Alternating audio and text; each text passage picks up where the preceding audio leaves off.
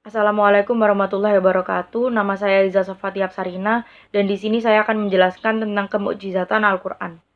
Yang pertama adalah definisi kemukjizatan Al-Qur'an. Mukjizat dalam bahasa Arab yaitu ijaz merupakan derivasi yang sama namun berupa isim masdar yang menunjukkan arti bentuk mukjizat atau dengan arti dasarnya berupa melemahkan atau membuat sesuatu tidak mampu. Sedangkan secara bahasa terdapat dari fi'il mahdi ajaza bermakna tidak memiliki kemampuan atau kekuatan sama sekali. Kemukjizatan Al-Quran berbeda dengan kemukjizatan para rasul terdahulu. Dilihat dari segi kemukjizatan yang telah dimiliki oleh mereka. Oleh sebab itu, di dalam Al-Quran, eksistensi kemukjizatan tersebut tidak akan mampu dipahami kecuali jika telah dilakukannya upaya-upaya untuk menyingkap dan mengungkapkan hasil-hasil atau hal-hal yang tertutupi berupa hakikat-hakikat alam semesta dan rahasia-rahasianya. Hal inilah yang menunjukkan bahwa di dalam Al-Quran telah jelas terdapat aspek-aspek kemukjizatan yang lain atau baru melebihi dari makna mukjizat pada umumnya yang terdapat pada rasul-rasul terdahulu. Selanjutnya adalah perbedaan mukjizat dan kemukjizatan Al-Quran. Yang pertama adalah perbedaan mukjizat. Mukjizat merupakan keajaiban ajaib, kejadian ajaib yang ditunjukkan oleh orang yang mengaku sebagai nabi. Sedangkan kemukjizatan Al-Quran itu adalah hal yang paten, mampu dipaparkan oleh siapapun yang bisa meneliti makna yang tersurat dan tersirat di dalam Al-Quran. Yang kedua adalah mukjizat lebih cenderung terdapat tantangan di dalamnya bagi siapapun yang tidak percaya atau ragu terhadap kenabian seseorang yang mengaku sebagai nabi. Sedangkan kemukjizatan Al-Quran dengan sendirinya mampu menunjukkan keotentikan dibandingkan dengan kitab umat agama lain dan seolah-olah menantang kepada orang-orang yang meragukan keotentikannya Al-Quran. Orang-orang ini juga biasanya mendalami dan meneliti isi dan kandungan yang terdapat di dalam Al-Quran. Poin selanjutnya adalah pendapat ulama tentang kemukjizatan Al-Quran.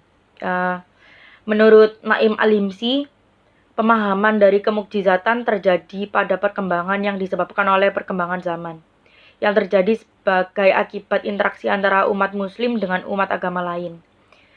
Hal ini mendorong terciptanya sebuah perdebatan mengenai hakikat dan eksistensi Al-Quran dengan kenabian Nabi Muhammad.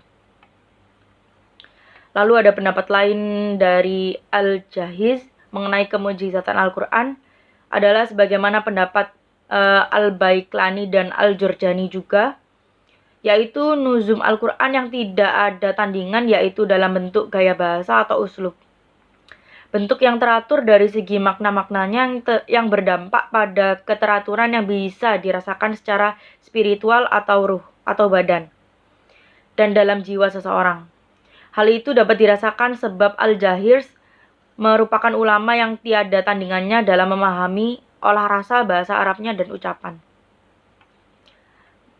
Sementara menurut Hamka dalam bukunya yang berjudul Tafsir Al-Azhari menyatakan bahwa ada 4 rupa mukjizat Al-Quran, diantaranya adalah yang pertama adalah salah satu mukjizat Al-Quran yang diberitakan proses terjadinya bumi dan langit, bulan, bintang, matahari, dan bumi. Selain itu, di dalam Al-Quran juga dijelaskan mengenai proses turunnya hujan dan pengaruhnya terhadap kesuburan tanah di bumi. Lalu, Al-Quran juga banyak menceritakan tentang masa lalu seperti berita tentang Tasmud, kaum Quraisy, kaum Lut, dan lainnya. Semua berita di dalam Al-Quran merupakan berketetapan dan sudah menjadi ketetapan dengan kenyataan yang benar dan seluruh ahli sejarah mengakuinya. Yang ketiga adalah mukjizat Al-Quran, yaitu terkait dengan fasahah dan balaghah, di mana Al-Quran memiliki derajat yang tinggi dalam setiap susunan kalimatnya. Susunan kalimat, kata, irama, dan gaya bahasa. Susunan kalimat Al-Quran bukan merupakan syair dan rangkaian kata menurut suku dan kata bilangan tertentu, bukan puisi, apalagi prosa. Dan yang keempat adalah Al-Quran memberikan segala sesuatu yang akan terjadi. Banyak sekali ayat-ayat Al-Quran yang memberitakan peristiwa-peristiwa besar yang akan terjadi dalam kehidupan sehari-hari. Kita lanjutkan kembali dengan bukti-bukti kemukjizatan Al-Quran. Yang pertama adalah keyakinan kita bahwa Al-Quran yang sekarang kita baca, yang terjaga dan termaktub dalam lembaran-lembaran mushaf adalah benar-benar Al-Quran yang dibawa oleh Nabi Muhammad SAW, yang beliau bacakan terhadap kaum sesamanya dalam rentang waktu sekitar 23 tahun.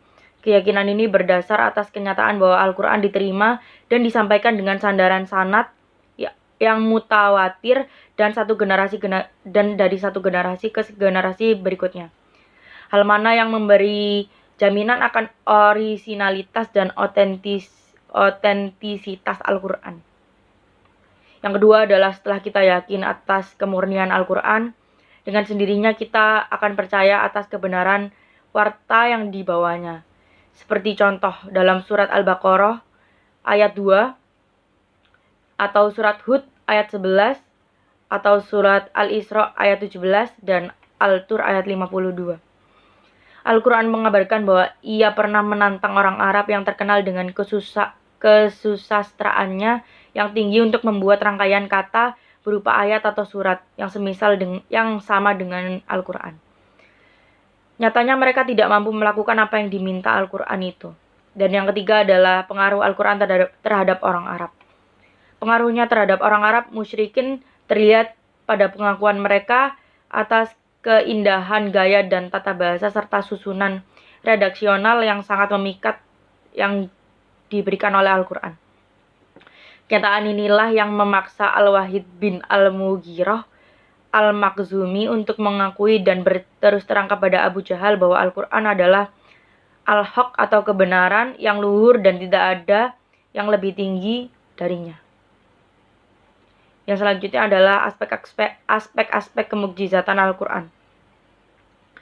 Kemukjizatan yang pertama adalah kemukjizatan bahasa. Al-Quran turun di tengah-tengah masyarakat yang kaya akan sastra. Banyak sekali yang menguasai sastra di sana. Namun seketika Al-Quran diturunkan, seakan semuanya bungkam.